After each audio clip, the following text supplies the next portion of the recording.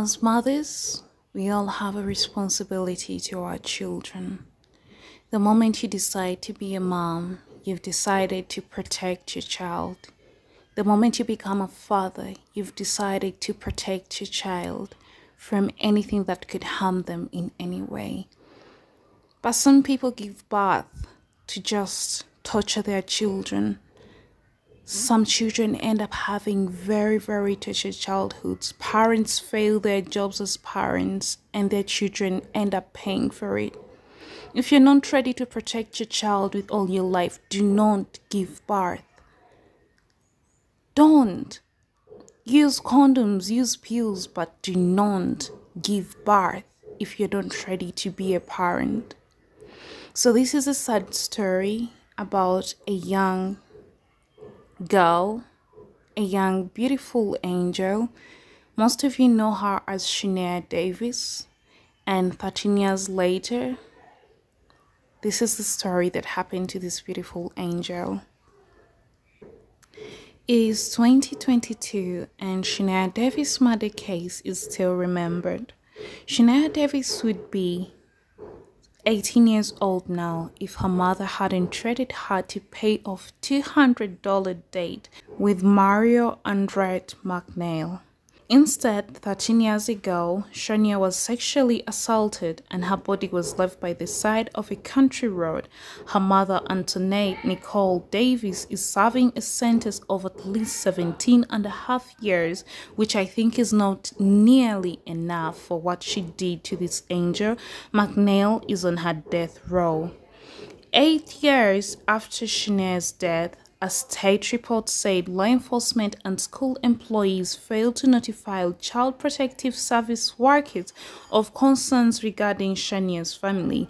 Like that, the cops conducted a drug raid at her family's home several months prior to her murder. 13 years later, people still remember the case, which made the national news. Former professional basketball star Shaquille O'Neal paid for her funeral. Music star J. Cole, who is from Fayetteville, wrote a song about her. All reports about Shaniya Davis' case continue to receive readers on the Fayetteville website. Some details 13 years later remain murky. A texting woman. Court records say McNeil had previously dated Antoinette Davis' sister Brenda Davis, so she was familiar with them and the single white mobile home the sisters and their children shared in Sleepy Hollow Mobile Home Park of Maction Road. He also knew how to get into the mobile home when the door was locked, McNeil's Supreme Court ruling says. Later on November 9th and early on November 10th, 2009, McNeil was home on Washington Drive in Fayetteville, where he lived with the mother of his young child. After taking cocaine and drinking liquor, McNeil began texting women whose numbers were in his phone, the ruling says. These included Brenda, whose phone was turned off, and another woman in Sleepy Hollow Mobile Phone Home Park. Around 3 a.m. on November 10th, McNeil was on Sleepy Hollow Drive, but the other woman in the trailer park had fallen asleep. The ruling says he again tried to text Brenda Davis. Brenda Davis said she and her boyfriend Jeroy Smith briefly woke up at 5 a.m. because she thought she had someone open their bedroom door. At 6 a.m., Antoinette Davis went into their bedroom and woke them to report that Shaniya was missing. Brenda Davis said Antoinette Davis went outside to look for Shaniya. While she was outside, Antoinette's son told Brenda Davis and Smith that McNeil had been in the home. Brenda Davis said Antoinette was hesitant to call the police, but finally did at her urging at 6:52 a.m. The Fayetteville Police Department commenced a search and issued an Amber Alert. Meanwhile, the court records say McNeil checked into a hotel in Sanford shortly after 6 a.m. Security details showed he had Shaniya and brought her to his room. He left the hotel carrying Shaniya about 7:35 a.m. A hotel employee saw him leave and thought something looked amiss, court records say. The next day, hotel employees recognized Shaniya in the Amber Alerts and contacted law enforcement. So this is Antoinette's story, the pathetic story she told the cops when they arrived. The police interviewed Antoinette Davis the day Shaniya disappeared and 3 more times in the days that followed, her Court of Appeals ruling says. At first, Davis says she had no idea what happened to Shaniya, the ruling says. Later, Davis falsely accused her boyfriend and this led to his arrest. The wrongly accused man was later freed. Then the police determined that McNair was the prime suspect and tracked him down. In the end, Davis confessed that she owed McNeil $200 and he wanted to be paid in either money or sex. She gave him Shaniya to take to a hotel room. How disgusting. All he was supposed to do was have sex with her, Davis told a detective. Like, what is wrong with parents? Really? How can you be a mom and let a 5-year-old girl be taken to be used for sex? You're really failing her as a mother. You're a pathetic person. You don't even deserve to breathe the same air as anybody else. You deserve to be locked away, not even with animals, because animals take care of their own. You deserve to be locked away somewhere, drowned in a big ocean with a big stone around your feet such that you never come back onto the surface. So back to what she said. All he was supposed to do was have sex with her, said a detective. Later, Davis slightly changed her story and said McNeil was taking Shaniya to have sex with another man. Davis was arrested, but Shaniya was still missing. So this is how her body was found. McNeil's Supreme Court ruling says he wasn't sure exactly where he left Shaniya. His lawyers told the police it was along NC 87 between Spring Lake and Sanford, near some green portable toilets in an area where hunters field dressed their deers.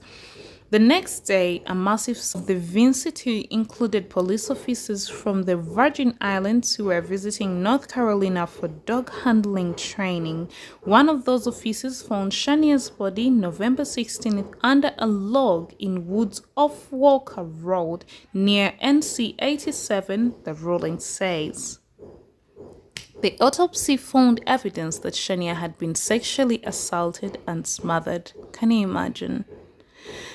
MC Nail, now 39, was sentenced to death in May 2013 following convictions of murder, kidnapping, human trafficking, sexual servitude, taking indecent liberties with a minor, and sex offense of a child by an adult offender. Davis, now 35, was pregnant when she was arrested and the child was put into foster care. In October 2013, she entered Alford pleas to second-degree murder, human trafficking, conspiracy, kidnapping, sexual offense, sexual servitude, and taking indecent liberties with a minor. When a defendant chooses an Alford plea, she is admitting the state has enough evidence to convict her and agreeing to be convicted for the crimes, but she is not officially acknowledging guilt. Senior resident Superior Court Judge Jim Ammon sentenced Davis to at least 17 years, up to a maximum of 21 years and 9 months. State prison records say Davis is expected to be released in May 2027. Like, this person should not even be released. According to me, she should rot in hell. She should just rot there, never come out, and I don't know. You know, we shouldn't just judge someone according to our emotions, but I just imagine what that young girl went through, being assaulted and then smothered. She didn't know nothing about sex. She didn't know anything about being romantic or someone trying to make love to you. And she was so innocent. So that man just falling on her and starting to assault her in a way, I think By the time she died, she was confused. She was sad. She was hurt. She felt betrayed. This is the worst way anyone can die.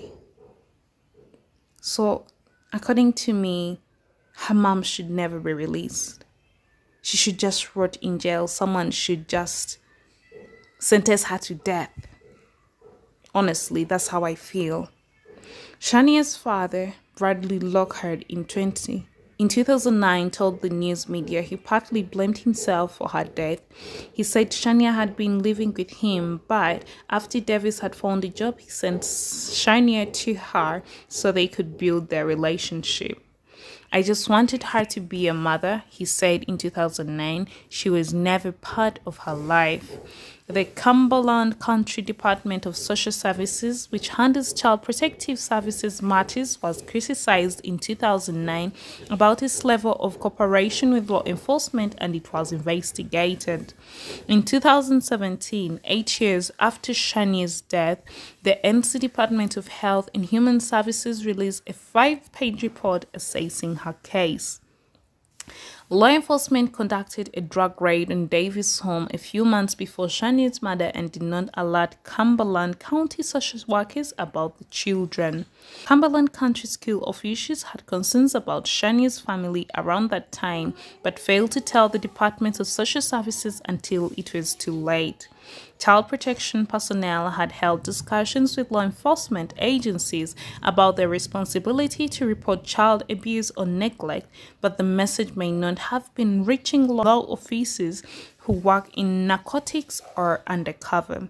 In 2013 and 2017, County Social Services Director Brenda Jackson said the agency established new protocols for working with law enforcement and made other changes in response to Shaniya Davis' case.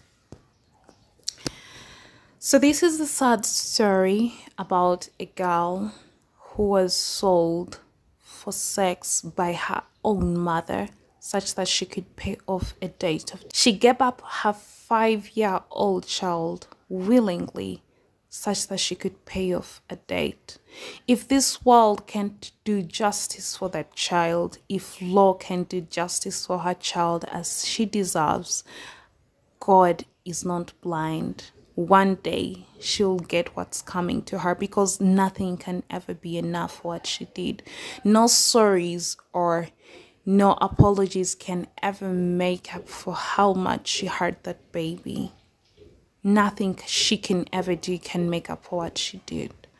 Because I can't picture anything hurting my child. It would hurt me. So I don't know how she got the heart of just giving up her child, knowing what was going to happen to her, just because she wanted to pay off a date. Wow. Some people should never give birth. There are people out there with beautiful hearts, craving for children, wanting to give a child love, care. And you do that to your baby. You do that to your own child. Like, how monstrous is that? Anyway, I just hope she's never released. I hear her release is supposed to be in 2027 in May, but I hope she's never released. Let her rot in jail, because such a person doesn't deserve to even walk around. She doesn't deserve freedom. Anyway, that's all I had for you. It's a rotten world out here, though there are good people out there still. But have a great day and tell me what you think.